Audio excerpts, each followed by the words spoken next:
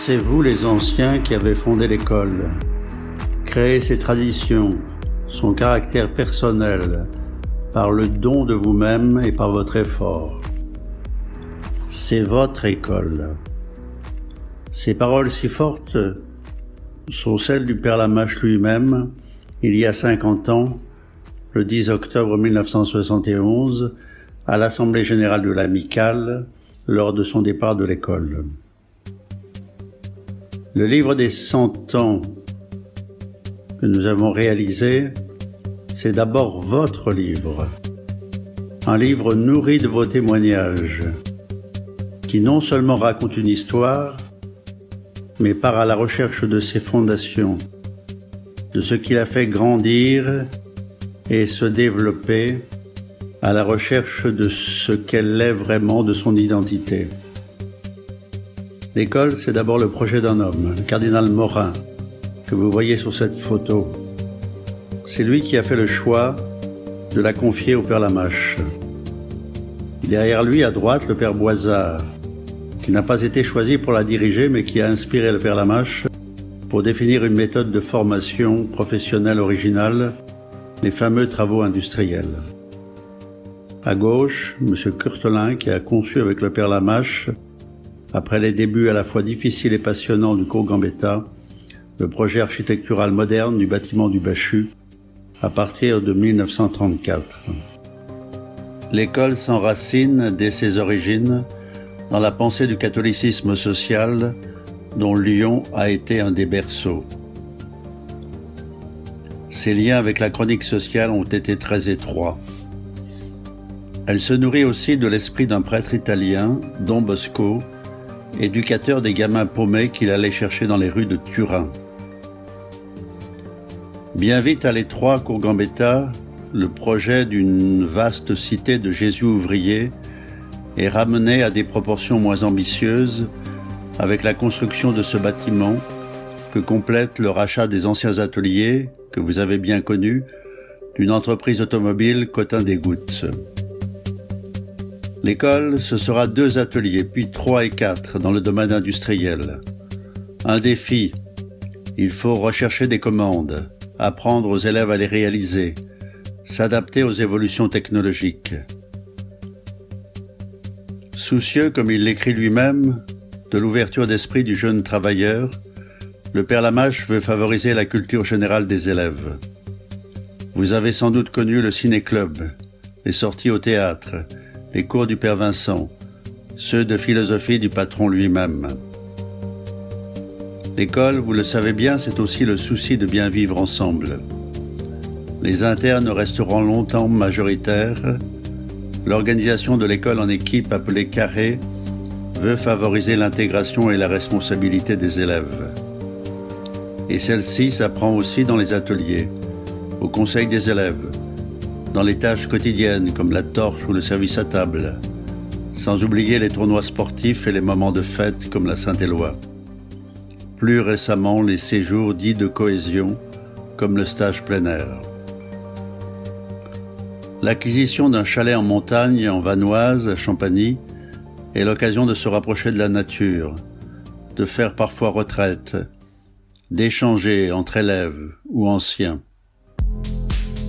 L'école n'oublie pas ses racines, celles de la pensée sociale chrétienne. La JOC apparaît dès les premières années à l'école, ainsi que des cercles d'études. Le Père Patriarcat est une figure bien connue. Ses cours sur l'histoire du mouvement ouvrier et les nombreux témoins qu'il invite en classe rappellent cette exigence.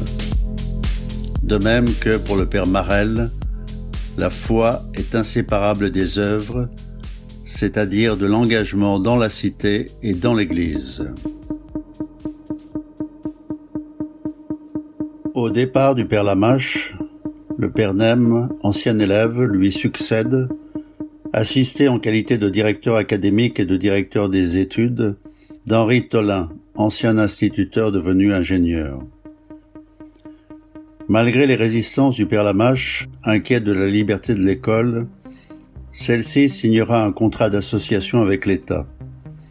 Henri Tolin sera un des artisans de cette mutation importante. Si le contrat permet notamment un soutien financier devenu nécessaire, il fait aussi peser des obligations fortes en matière d'horaire, de programme, de recrutement des professeurs.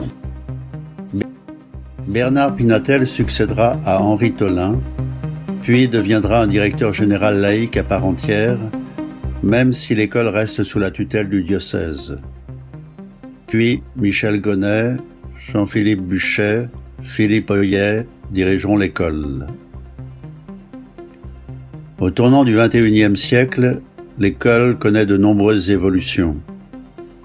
C'est l'ouverture de classes d'enseignement supérieur, les BTS, puis d'un centre de formation, appelé aujourd'hui Suplamash, proposant des formations en alternance pour s'efforcer de mieux répondre à l'objectif initial de l'école, de former des cadres moyens. La formation de base en 4 ans est désormais réduite à 3 ans et divisée en 2 parcours, l'un professionnel, l'autre technologique. Le centre de formation puis le lycée s'ouvrent à l'Europe et à l'international.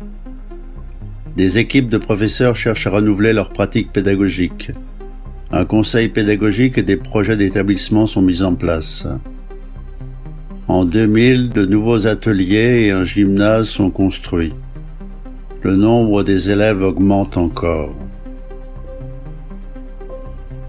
L'école, fondée peu après la tragique épidémie de grippe espagnole au début du XXe siècle, subit, 100 ans plus tard, celle de la Covid-19 qui s'est répandue à travers le monde et n'a pas encore été éradiquée. Cette catastrophe sanitaire interroge notre modèle économique et social, mais aussi le système éducatif en général et l'école en particulier. Ainsi, à l'heure où s'élève un nouveau bâtiment pour les étudiants, les défis restent nombreux. Comment préserver le modèle pédagogique de production dans les ateliers alors que le temps que peuvent leur consacrer les élèves diminue? Quelle place donner aux nouveaux moyens de communication et d'enseignement que l'épidémie avait dû imposer pour assurer la continuité pédagogique? Quelle responsabilité réelle accorder aujourd'hui aux élèves dans la vie de l'école? Quel accueil des plus pauvres et des filles aujourd'hui minoritaires? Que veut dire école catholique lorsque la majorité des élèves et du personnel sont éloignés de l'Église? Comment la pensée sociale chrétienne peut-elle se transmettre aujourd'hui? Comment entretenir l'esprit de famille vécu par des générations d'élèves lorsque la taille de l'école ne cesse de croître? Comme le livre des 100 ans essaye de le montrer, l'histoire de l'école a été faite de convictions, de projets, de rencontres, mais aussi de doutes, de crises, peut-être de recul. Comme l'affirmait aux administrateurs le père Lamache dès 1936, la valeur d'une institution dépend moins de la réputation acquise que de l'effort quotidien pour progresser. Depuis 101 ans, l'aventure continue.